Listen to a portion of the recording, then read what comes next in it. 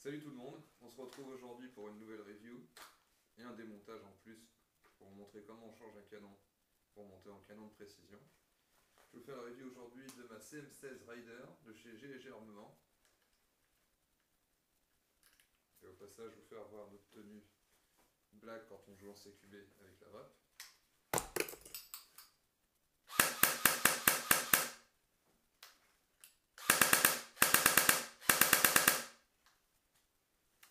Une bonne petite cadence. Donc la voici, la voilà. Les chargeurs, 30 coups. On commence tout de suite pour un petit test de tir. Voilà, je vous laisse la regarder de plus près. Donc toute la partie avant, le rail-ris est en ABS. La mire et l'embout pour mettre un silencieux sont en métal. Le corps est en ABS, le sélecteur est en métal, la gâchette est en métal. L'interne au pop en plastique évidemment. Là vous avez le bas de la gire. Une poignée avec un bon grip. Facile, on peut la changer facilement en plus. Le rail ici est en métal. Vous avez une tige d'armement, le levier d'armement pardon, qui est factice sur cette réplique. Bon, c'est pas bien grave, vous me direz. Donc moi je l'ai bloqué, je l'ai scellé pour plus qu'il y ait de jeu. Pour accéder au pop, il suffit de prendre une petite lame ou un truc pointu. Voilà, le hop-up est là. Donc on lève, on descend. De toute façon, vous allez le voir de plus près, je vais démonter la réplique. Donc quand on l'achète et qu'elle sort de boîte, elle fait à peu près... Elle est marquée à 350 fps sur la boîte, elle ne les fait pas. Hein. Je vous le dis tout de suite, elle est à 310. 310 si elle est bien montée encore. 310 c'est pas non plus pourri, hein, c'est bien pour commencer. Donc, la crosse crâne, une position, 2, 3, 4, 5 positions. La batterie se loge à l'arrière de la réplique. Donc moi je la fais tourner en lipo. Quand vous l'achetez, il y a deux packs différents. Il y a le pack avec une batterie, alors les anciennes batteries à tube là. Les batteries NIM. Mais bon, il y a une sacrée différence quand on passe à la lipo, moi, il n'y a rien à voir, je peux vous le dire. Donc voilà. Donc on va passer tout de suite à l'interne de la bébête. Il vous faut un marteau, un chasse-goupille. Donc il y a ces deux goupilles là à faire sauter.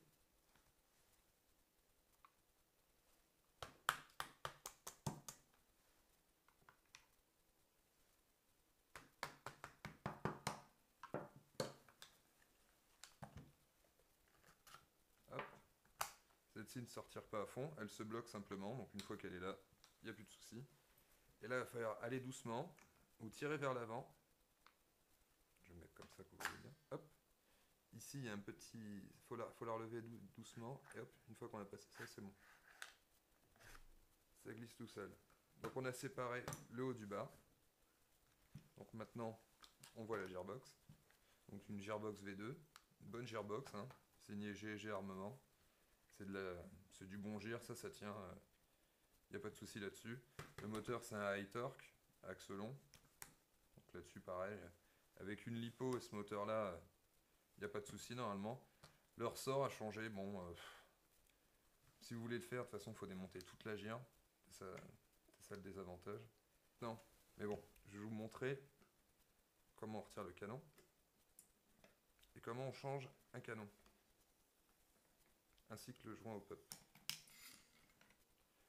Donc voilà, partie canon au pop. Alors il suffit de commencer par la petite bague qui est là. Donc on prend un couteau ou un tournevis, hein, ce que vous avez de pointu. Ça on ne le perd pas, on le met de côté. Maintenant on va tirer doucement. Donc j'ai déjà changé mon joint au pop et mon canon. Hein. Je le refais juste pour vous faire une petite démo.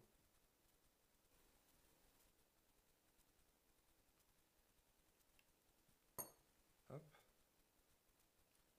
On récupère le joint. Donc moi j'ai mis un joint Magpul. Hein, ça va, quand on change de canon, il vaut mieux changer son joint. Celui d'origine sur les GEG, c'est pas mal, hein, il est vraiment pas mal, mais bon, ça n'aurait jamais la qualité Magpul. Donc là, sur votre canon d'origine, vous aurez ces 3 petites baguettes là, et votre canon hop-up qui est juste ici. Donc c'est un système tout simple, hein.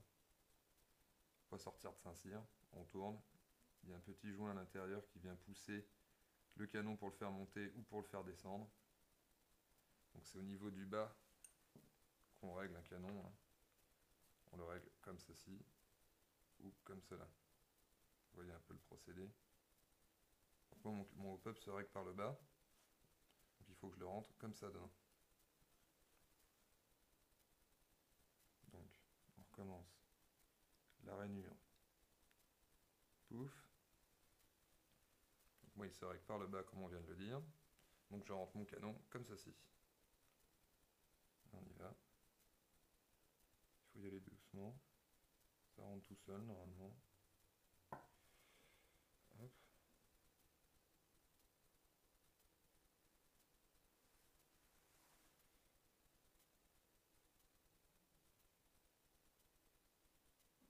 C'est bon, c'est aligné, c'est parfait.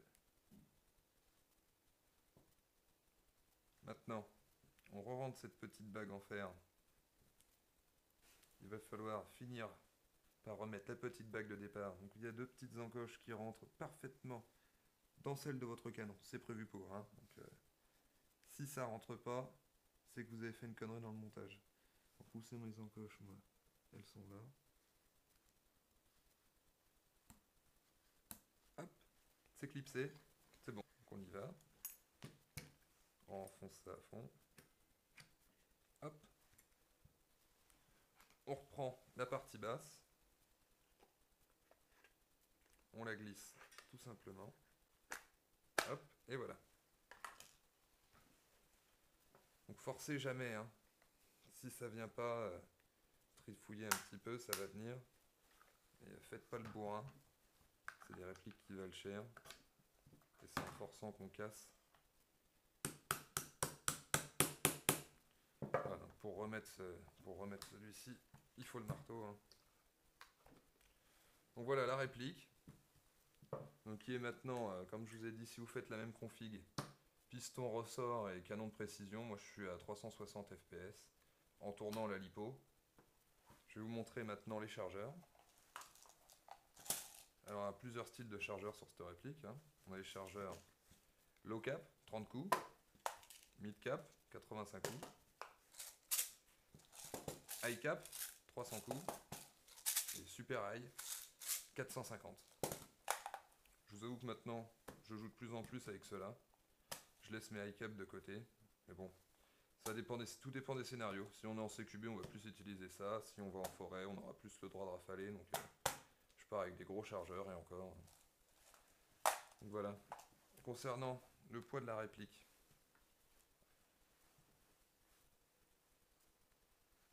À vide, elle pèse